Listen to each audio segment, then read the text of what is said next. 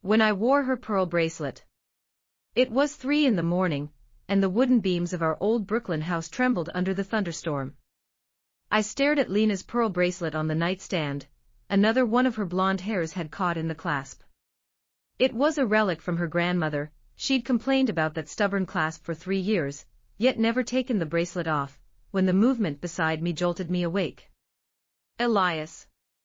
Why does my throat feel like I swallowed sandpaper? Lena's voice was thick with panic, but what came out was my own distinctive deep rumble. Quit rambling, bad dream. I tried to roll over, but when I spoke, a thin, soft feminine voice emerged, like cotton thread soaked in rainwater. The scream that erupted in front of the bathroom mirror nearly blew the roof off. I stared at the face in the glass, Lena's almond eyes, the faint freckles across her nose, the lips that curved into a crescent when she smiled, all twisted into my usual scowl. Behind me stood me, my unruly brown curls atop my head, but wearing Lena's wide-eyed, startled deer expression as I clamped a hand over my mouth. A clap of thunder split the sky just then, pinning our shadows to the tile like a surrealist painting. This is all your fault for buying that stupid box. Lena's voice rumbled from my throat, pointing at the brass jewelry box on the dresser. I'd insisted on buying it for her as our 3rd wedding anniversary gift at the Queen's Flea Market yesterday. The vendor had babbled something about it being a Victorian bonding artifact. I opened my mouth to argue, but my fingers instinctively tugged the neckline of the nightgown closed, a little habit of Lena's that I didn't even realize I'd picked up. Max is coming to review the new Brooklyn Bridge proposal today. You have to go in my place. I grabbed my own arm, my nails digging into the familiar muscle. If this project falls through, we won't be able to make the mortgage payments next quarter. Are you insane? My face flushed red. I can't even tell the difference between a CAD drawing and a doodle. And what about you? The Soho Gallery preview opens today. Ava's that crazy artist who'll eat you alive. Lena's voice dropped to a whisper. Plus, your mom's coming over at noon. She already looks down on me for my frivolous job. What if she finds out we swapped bodies? The mention of my mother sent a sinking feeling through me. Mrs. Miriam had opposed our marriage from the start, arguing that a gallery curator isn't as stable as an accountant. Every time she visited, she'd drop not-so-subtle hints. Ben next door just had his 2nd kid, or worse, last time, she dumped the vegetarian salad Lena had painstakingly prepared into the trash, declaring, a Jewish family's table shouldn't be without steak. By the time the 7 o'clock alarm went off, we were still bickering over clothes. I struggled into Lena's cream silk blouse, fumbling with the buttons. Her shoulders were narrower than mine, and the fabric hung loosely like a piece of drapery. Lena stared at my work overalls in despair. When she knelt to fasten the belt, she nearly tripped over my scuffed Doc Martens. Remember, Max likes his bourbon on the rocks and hates being interrupted. I pressed the blueprints into my hands. And Joe, the foreman, when you hand him a cigarette, twist the filter first. It's a union thing. Oh, and if Mom asks about kids, just say we're planning. I'm not lying to her. Lena cut me off sharply, my eyes fixed on me with unwavering seriousness. Elias, we've been married 3 years, and you always tell me to brush her off. But this is my life. She perched my glasses on her nose, they slid down repeatedly. You need to remember, never call Ava's paintings pretty, say they have narrative tension. And Lucy's birthday is today, she's a single mom, so don't mention anything about happy families. The F train was packed. A man in a Wall Street suit elbowed me in the ribs, and I snapped hey, on instinct, only for a thin, squeaky voice to come out. He glanced back at Lena's body and smirked dismissively. Easy there, sweetheart, know your place on a crowded train. I clenched my fists, suddenly aware of how delicate Lena's knuckles were, even making a fist felt weak. Those hands had never hauled blueprints or yelled at contractors, yet they kept that chaotic gallery running like clockwork. The gallery was in a historic cast-iron building in Soho. Lucy stood at the entrance clutching a stack of invitations, her face ashen. Ms. Costa, Ava's here, and she's furious.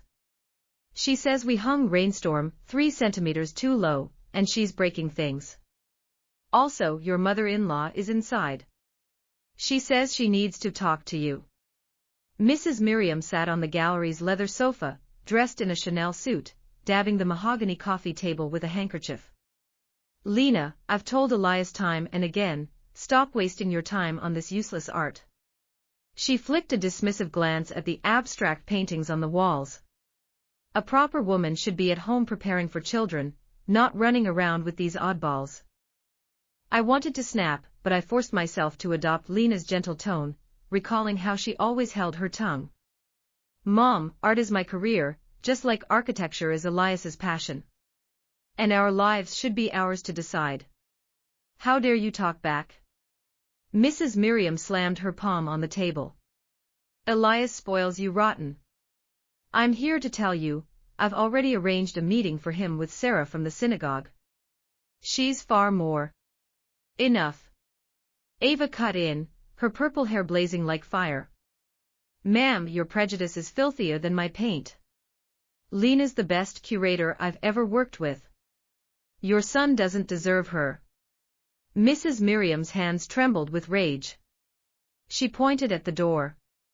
I'm calling Elias right now, he needs to see the wife he's stuck with. Meanwhile, Lena was dealing with her own crisis at the Brooklyn construction site. Mr. Costa, the contractor, spread his hands. C40 concrete is too expensive. C30 will pass inspection, the regulators won't check that closely. No. Lena roared in my voice, snatching up the testing equipment. This bridge has to stand for 100 years. Cutting corners is murder. The contractor's expression darkened. Don't be ungrateful. What does a designer know, anyway? Besides, your wife just chased your mother away, you still have the nerve to care about the site. Lena froze. Just then, my phone rang. Mrs. Miriam's shrill voice cut through the line. Elias. You divorce that woman right now. Over my lunch sandwich, I got a text from Lena, your mom says she's found me a better man. A bitter smile emoji followed. Staring at the screen, I suddenly remembered our anniversary dinner last week. I'd missed it entirely because of overtime. Lena had waited at the restaurant until closing, then just said it's fine when she got home. Ms. Costa. Lucy handed me a cup of hot cocoa. The elderly collector is back. He said the painting you recommended meant a lot to him, he wants to buy more. I looked up to see the cane-wielding man standing before a rainstorm, his gaze soft. My late wife loved rainy days, he said. This painting brings her back to me. In that moment, I understood what Lena meant by narrative tension. It wasn't an empty phrase, it was the warmth that tugs at your heartstrings. By 5 o'clock, Lena had exploded at the site. Joe sent me a quick video. I was gripping the contractor by his collar. You're not just using shoddy materials, you're stealing wages from the workers too. I've called the labor department. Prepare for a lawsuit.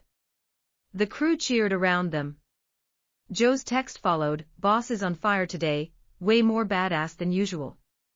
I smiled as I replied, but my blood ran cold when I saw Lena's next message, found this in your desk. It was a hospital bill, Lena's name, diagnosis, mild depression, dated last month. Below the bill was a crumpled note she'd written but never sent. I don't need you to buy me pearls. I need you to notice I haven't slept in weeks. My chest tightened into a fist. I remembered her mentioning insomnia, but I'd snapped, quit being so fragile, everyone has bad days.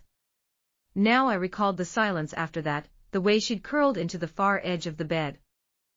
This wasn't just neglect, it was the echo of my father, who'd chosen his construction business over my mother until her heart gave out. I'd sworn I'd be different, yet here I was, repeating the same lie, that providing money meant providing love. When I got home, Lena was cooking in the kitchen. My body was wrapped in her floral apron, she was chopping onions, tears streaming down her face, and the steak in the pan was burnt to a crisp. Why is this so damn hard, she muttered. When she saw me, she turned away sharply. I'm sorry. I walked over and hugged her from behind, embracing my own body felt surreal, yet closer than ever. I shouldn't have ignored you. I shouldn't have let Mom treat you like that. Lena turned around, wiping her eyes with my hands. You know what the workers told me today? They've never seen the boss care about their wages before. And your mom, I laid down the law. I told her if she keeps meddling in our lives, she's not welcome here anymore. Over dinner, we didn't mention swapping back. Lena said Max had been convinced by me he'd not only agreed to use C40 concrete, but also increased the budget. I told her about the elderly collector, who'd bought 3 of Ava's paintings and donated to Lucy's Single Mom Foundation. The rain had stopped outside, and the moon peeked through the clouds. Before bed, we touched the brass jewelry box together. No lightning, no strange noises. Actually, this isn't so bad, Lena said in my voice. Now I finally get why you're always complaining about your shoulders hurting. I ran her hand over my shoulder.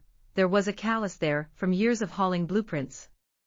When I woke up the next morning, sunlight spilled over my face. I touched my chin, stubbly. We were back. Lena was still asleep, her brows furrowed slightly. I kissed her forehead gently, just like she always did to me. I made breakfast, fried eggs with her favorite truffle shavings, coffee with 2 sugars. When Lena woke up and saw the table, her eyes lit up. Did the sun rise in the west today? It will every day from now on. I handed her a coffee mug. Oh, and I called Mom. I told her if she says one more bad thing about you, she'll never see me again. Lena's hand paused mid-sip.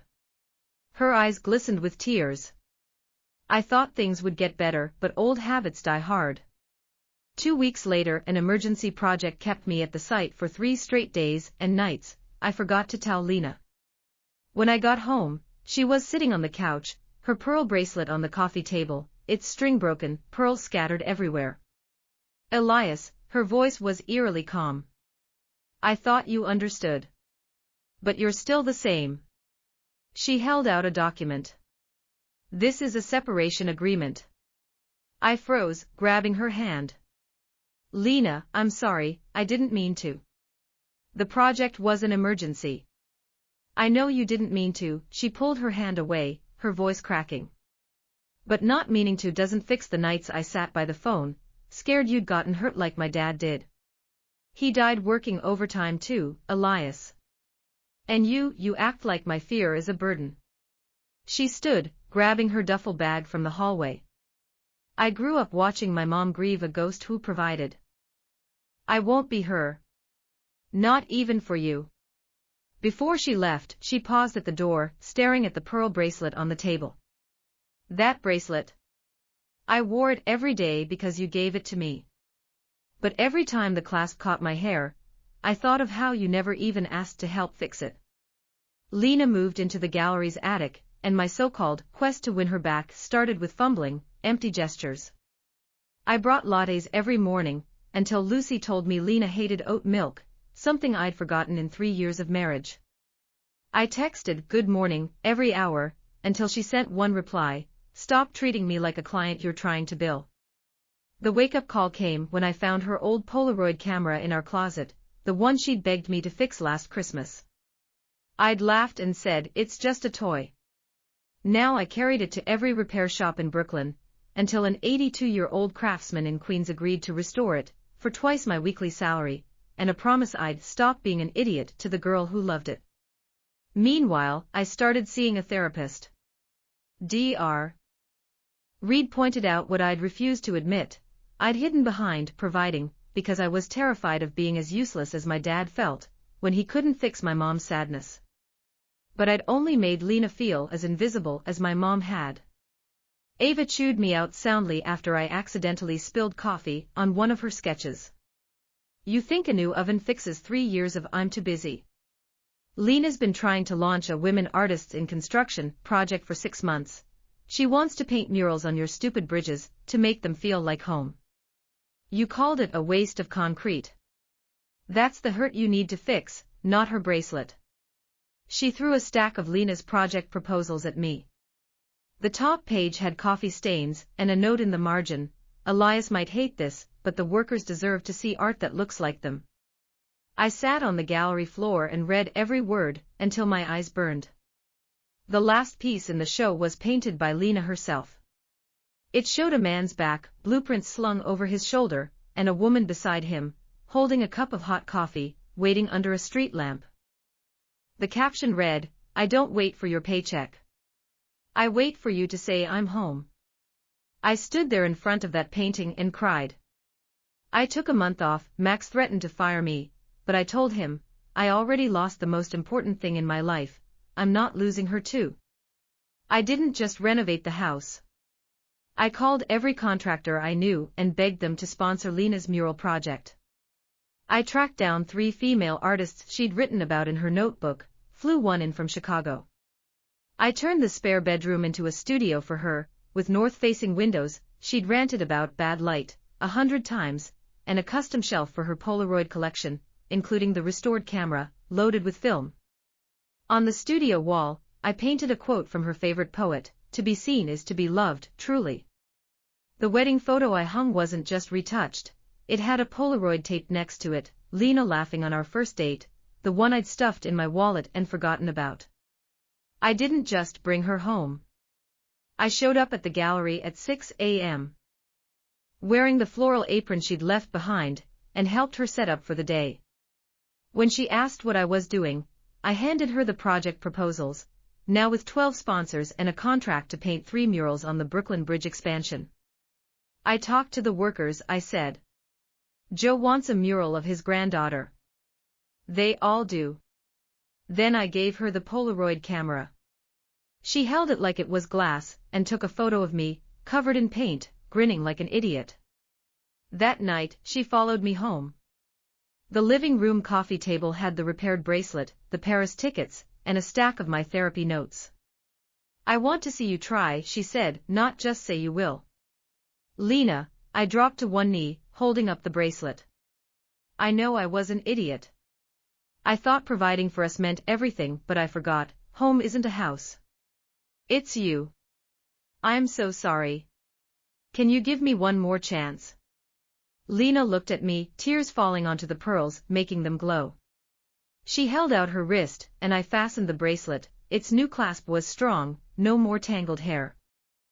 That night, we talked until dawn, real talk, not the "how was your day" small talk we'd fallen into. I told her about my dad, about the way I'd watched him stare at my mom's empty chair, saying, I should have been there. She told me about her dad, about how she'd learned to be strong at 10, because her mom couldn't be. "I didn't need you to fix my problems," she said. "I needed you to sit with me while I fixed them." I started coming home for lunch every day, even if it was just 20 minutes. I went to her project meetings, and when a contractor tried to talk over her, I said, "Lena's the boss here, listen to her." The crew stopped teasing me about being a wife guy. They started calling her Ms. Mural, and asking for autographs. When the first mural went up, Joe's granddaughter, holding a paintbrush, Lena cried, and I held her, and for the first time in years, I didn't feel like I was faking being a husband. We renewed our vows in front of the Louvre in Paris. Lena wore a white wedding dress, and her pearl bracelet sparkled in the sun. As I looked at her, I thought back to that thunderstorm night, the first time I'd seen the world through her eyes, and realized how much I'd been missing. Max and the elderly collector came. Even my mom showed up. She'd called Lena a month earlier, crying, and apologized for confusing my own anger with her worth. Ava stood as Lena's maid of honor, handing her a bouquet of sunflowers and a can of spray paint. "Now you get to paint your own happy ending," she said. The elderly collector gave us a painting, his late wife's favorite sunflowers, with a note, "Love isn't about never failing. It's about failing, then getting back up to hold their hand." I held Lena's hand, calloused now from painting, strong from building her own dream. "Lena," I whispered, loud enough for only her to hear, "I used to think I built bridges to connect places. But you taught me bridges are for connecting people, me to you, me to the parts of myself I was scared to face. I'm sorry I made you wait so long to be seen. I'll spend every day making sure you never have to again." She leaned in, kissing my cheek, smudged with the pink paint from her wedding dress, and nodded. The light in her eyes wasn't just the Parisian sun, it was the light of someone who finally felt home. A breeze swept by, lifting the hem of her dress, and the edge of the pearl bracelet. She took a Polaroid of us, right there in front of the Louvre, and slipped it into my pocket. "Let's go paint our next mural," she said, grinning. The bracelet's faint clink mixed with her laugh, soft, bright, unshakable. "Just like us."